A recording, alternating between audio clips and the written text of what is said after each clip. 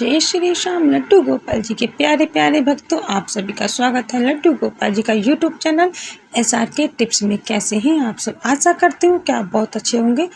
तो देखिए दोस्तों, आज फिर एक नई बड़ी प्यारी सी वीडियो के साथ, जिसमें आज हम लड्डू गोपाल जी प्यारी प्यारी बातें करेंगे। अगर वीडियो पसंद आए तो लाइक करें, शेयर करें, कमेंट करके जरूर बताइएगा कि आपके साथ लड्डू गोपाल जी कैसी लीला करते हैं। तो चलिए वीडियो शुरू करते हैं।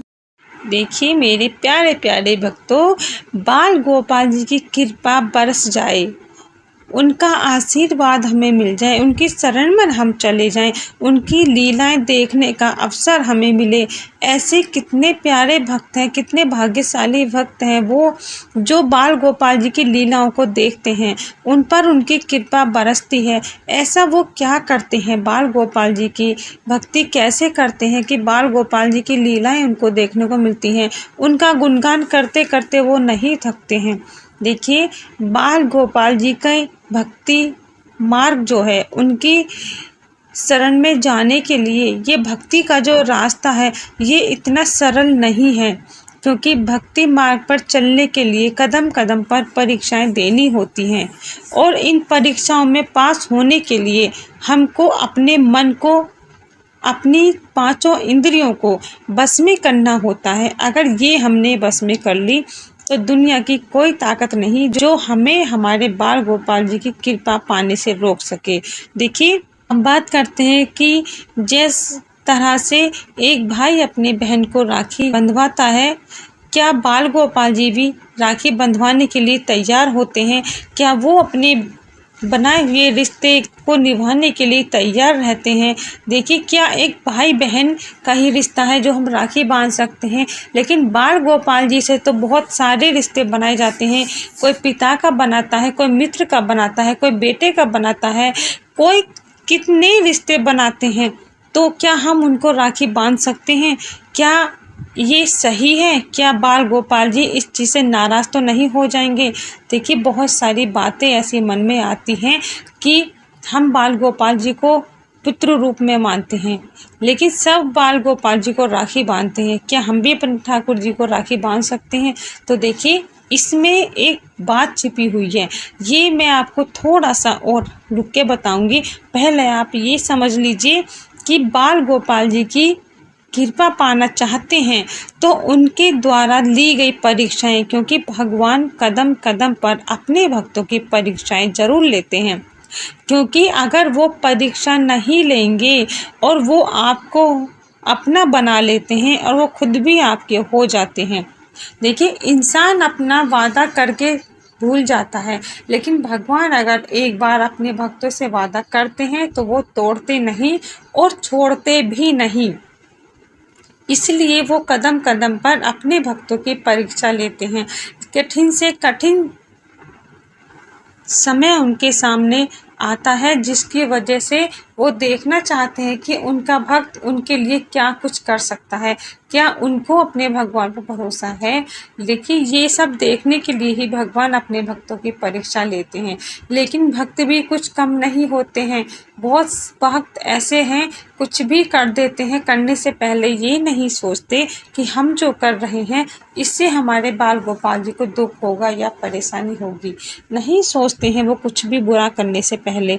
लेकिन जब उन बुरे कर्मों का फल मिलता है तो बाल गोपाल जी को दोष देना शुरू कर देते हैं कि हम तो बाल गोपाल जी की सेवा करते हैं, इतनी पूजा करते हैं, इतना ध्यान इनका रखते हैं, लेकिन इनको हमारी परवाह ही नहीं है। तो ऐसी बातों को सोचकर बाल गोपाल जी कहते हैं कि मैं परीक्षा लेता हूँ, इसलिए क्या कठिन समय में, बुरे समय में भी तुम मुझे याद रखोगे या नहीं रखोगे? क्योंकि अगर हम बाल गोपाल जी को हर परिस्थिति में याद रखेंगे तो हम कुछ भी गलत कार्य करने से पहले अपने बाल गोपाल जी को ध्यान जरूर रखेंगे, क्योंकि हमें पता है हमारे बाल गोपाल जी को ये सब पसंद नहीं है। और जब बाल गोपाल जी को हम अपना बना लेते हैं तो माया से मुँह हट जाता है, मित्रता से हट जाता है, इस दुनियादारी से मुँह हट जाता है। देखिए गृहस्थी में रहकर हर नियम, हर परिस्थिति में परिवार को चलाना होता है, सब कुछ कार्य करने होते हैं, लेकिन हर परिस्थिति में, हर समय हम अपने ठाकुर जी को याद करते हैं, उनका नाम जपते रहते हैं, और जब नाम ध्यान हर वक्त होठों पर रहता है तो हमारे मन में ये भी बात रहती है कि हमारे बाल गोपाल जी को क्या पसंद है और क्या नहीं पसंद है। देखिए, बुराई करना, बुरे रास्ते पर चलना, बुरी संगति में रहना, तो ये सब हमारे गोपाल जी को पसंद नहीं है। तो ऐसी में जब हमें पता है कि हम अपने बाल गोपाल जी की शरण में हैं और हमको अपने बाल गोपाल जी को खुश करना है, हम ऐसा कोई कार्य नहीं करेंगे जिससे हमारे बाल गोपाल जी खुश ना हो। तो ऐसा हम कोई कार्य ही नहीं करेंगे, क्योंकि हमें पता है अगर हम ऐसा कोई कार्य करेंगे तो हमारे बाल गोपाल जी नाराज़ हो जाएंगे। वो अगर नाराज़ हो गए तो हमारे जीवन में कुछ भी नहीं बचेगा, हमको किसी और चीज़ की ज़रूरत ही नहीं है। तो इसलिए इन सब बातों को ध्यान में रखते हैं और हम हर परिस्थिति में वो परीक्षा पास कर लेते हैं जो हमारे बाल गोपाल जी लेते हैं। अब बात करते हैं, क्या हम बाल गोपाल जी को राखी बांध सकते हैं? चाहे हम उनसे कोई भी रिश्ता बनाएं, लेकिन हर रिश्ता एक दूसरे के लिए रक्षा करने का ही होता है। चाहे वो बाप बेटे का हो, माँ बेटे का हो, या भाई बहन का हो, या मित्रता का हो, कोई भी रिश्ता हो, हर रिश्ते को निभाया जाता है प्रेम से। हर रिश्ते में एक दूसरे की रक्षा ही की जाती है, और ये प्रेम का जो बंधन है, रक्षा का जो बंधन है, ये सूत्र जो बांधा जाता है कलाई पर, ये रक्षा करने के लिए ही बांधा जाता है।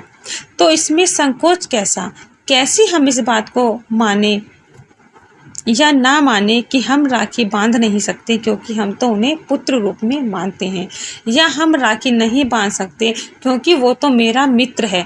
देखिए, मित्र हो, चाहे पुत्र हो, चाहे भाई हो, चाहे पिता हो, लेकिन है तो हम उनके सेवादार।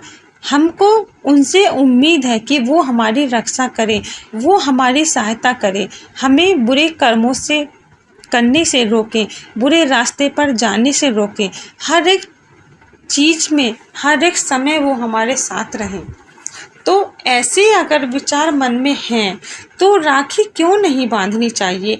अरे, राखी बांधने से क्या है कि हम एक बंधन में अपने गोपाल को बांध लेंगे, और जब हम एक बंधन में उनको बांध लेंगे तो हम खुद भी उस बंधन में ही बंध जाते हैं, क्योंकि उनको जिस बंधन में हमने बांधा है उस बंधन को निभाने के लिए हमारे बाल गोपाल जी तैयार रहते हैं।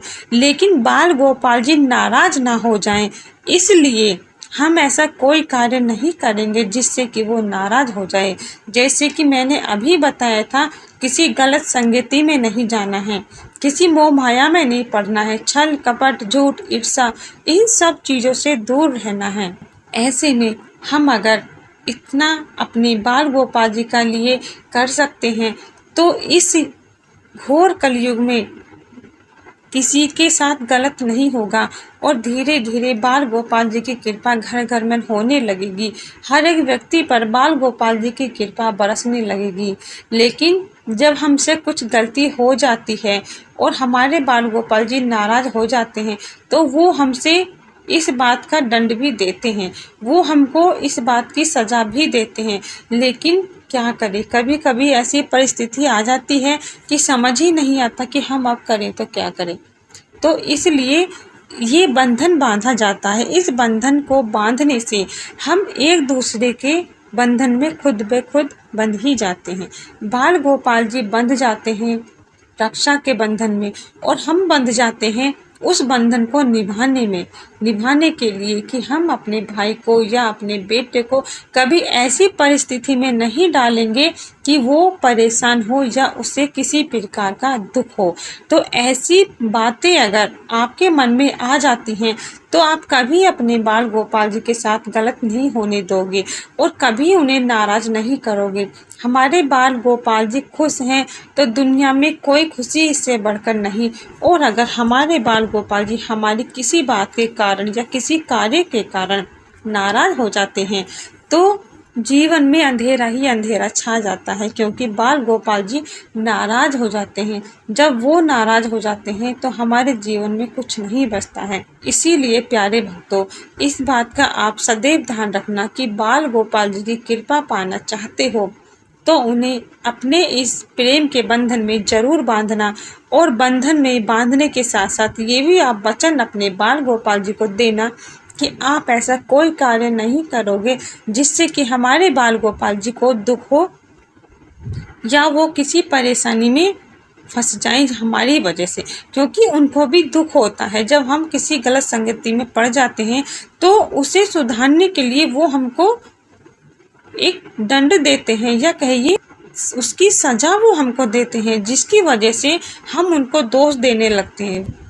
उससे हमारे बाल गोपाल जी को बहुत दुख होता है। तो इसलिए ऐसा कोई कार्य ना करें जिससे कि बाल गोपाल जी परेशान हो। तो इसी के साथ जय श्री श्याम, राधे राधे।